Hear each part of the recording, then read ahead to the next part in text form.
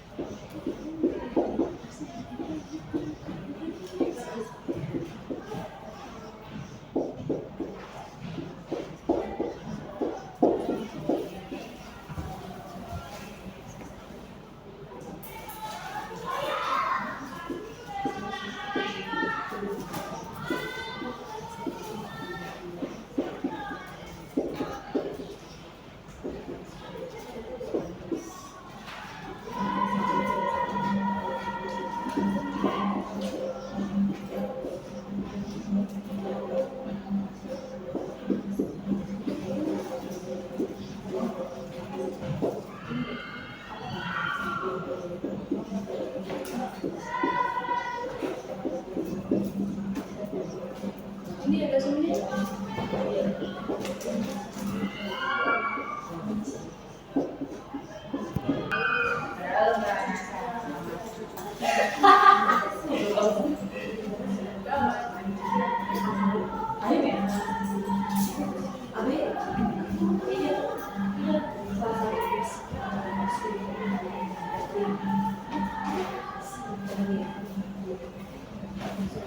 Oh iya.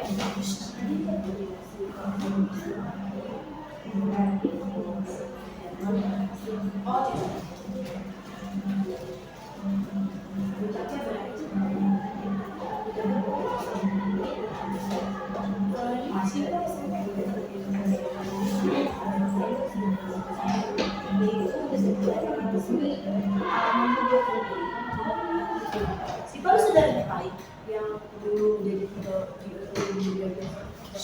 Ini. Nah, jadi kenapa sih Indonesia menolak SEATO? Jadi kenapa sih Indonesia menolak SEATO? Jadi aku akan menjelaskan asal usul SEATO dulu sedikit. Pada saat perang dingin antara blok barat yang dipimpin oleh Amerika dan blok timur yang dipimpin oleh Uni Soviet, muncul organisasi di Asia Tenggara yang bernama SEATO atau Southern Asian Treaty Organization. Tujuannya adalah untuk menahan pengaruh komunisme ke wilayah Asia Tenggara. Terus lalu kenapa Indonesia tetap menolak SEATO padahal SEATO itu bagus banget untuk menahan komunisme di Indonesia? Ada 4 alasan. Yang pertama ini politik bebas aktif. Indonesia punya kebijakan luar negeri yaitu bebas aktif. Alasannya bebas tidak ikut-ikut antara blok barat dan blok timur. Nah, aktif ini Indonesia tetap berperan aktif di perdamaian dunia. Nah, karena SEATO ini adalah organisasi di Amerika Serikat dan jelas-jelas dibentuk oleh Amerika Serikat dan kawan-kawannya, kalau Indonesia ikut bergabung ataupun ikut join lah intinya, itu sama saja bertentangan dengan prinsip bebas aktif, teman-teman. Nah, yang kedua ini ada menjaga kemandirian dan kedaulatan. Pada saat perang dingin di masa itu Indonesia tuh baru banget merdeka. Nah, Indonesia ini mau kita berdiri di atas kakinya sendiri ataupun kita mandiri, teman-teman. Sedangkan perlu kita ketahui bahwasanya blok barat ataupun kalau kita masuk SEATO sama saja kita memihak blok barat. Nah, itu dianggap bisa mengurangi kemandirian Indonesia untuk mengambil keputusan.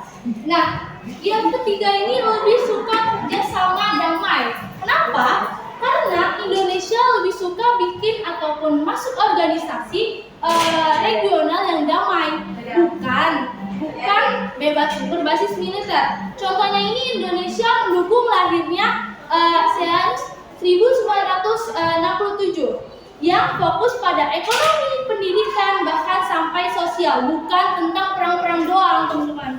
Nah, yang terakhir ini ada konflik dengan Malaysia. Jadi pada saat pada tahun 1960-an Indonesia ternyata pernah berseteru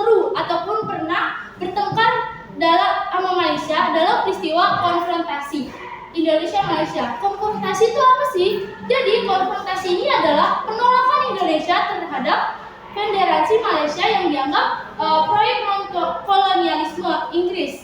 Nah, perlawanan ini dilakukan lewat diplomasi, militer, propaganda, lalu berakhir damai dengan Perjanjian Bangkok 1966.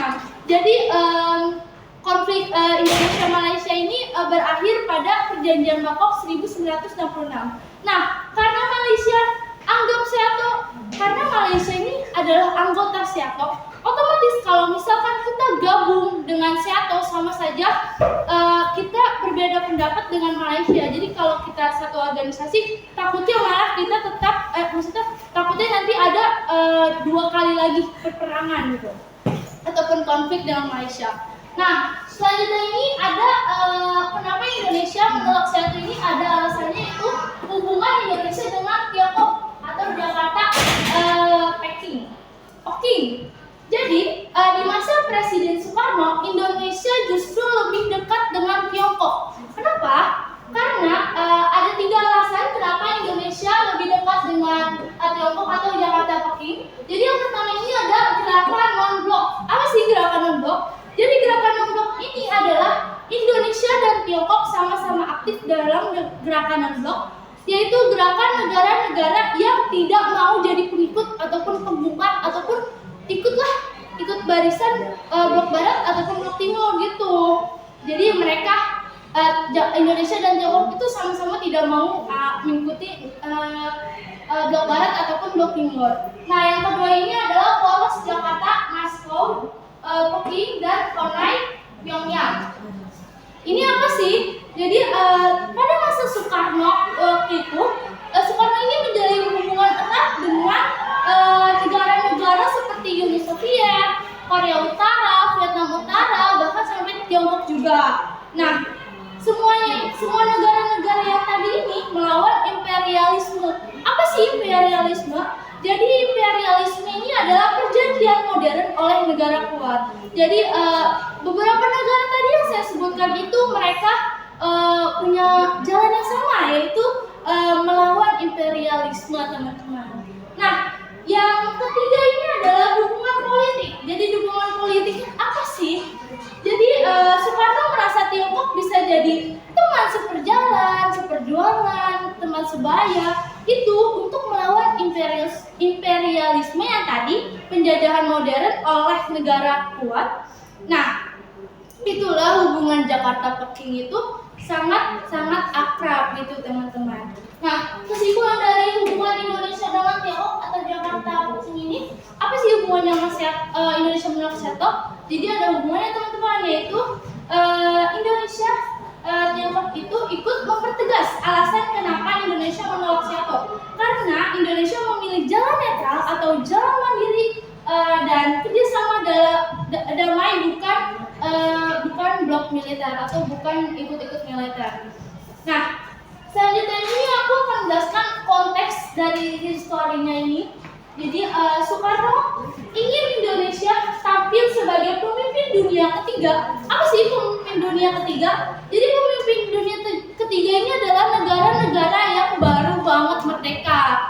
Nah, negara-negara ini tuh negara-negara yang mau kayak mandiri, mau berdiri di atas kakinya sendiri. Itu di situ tuh di Asia, Afrika, Amerika Latin yang menolak dijajah lagi oleh negara besar atau imperialisme.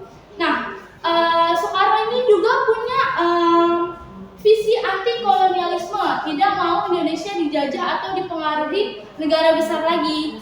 Nah, tapi setelah Soekarno jatuh dan diganti oleh Soeharto atau Orde Baru, justru keterbalikannya, teman-teman. Kalau tadi Soekarno lebih dekat dengan Tiongkok, justru setelah Soekarno jatuh atau Orde Baru itu, Indonesia lebih menjauh ke Tiongkok, lebih menjauhi Tiongkok dan lebih mendekat kepada blok barat pada saat kepemimpinannya Soeharto.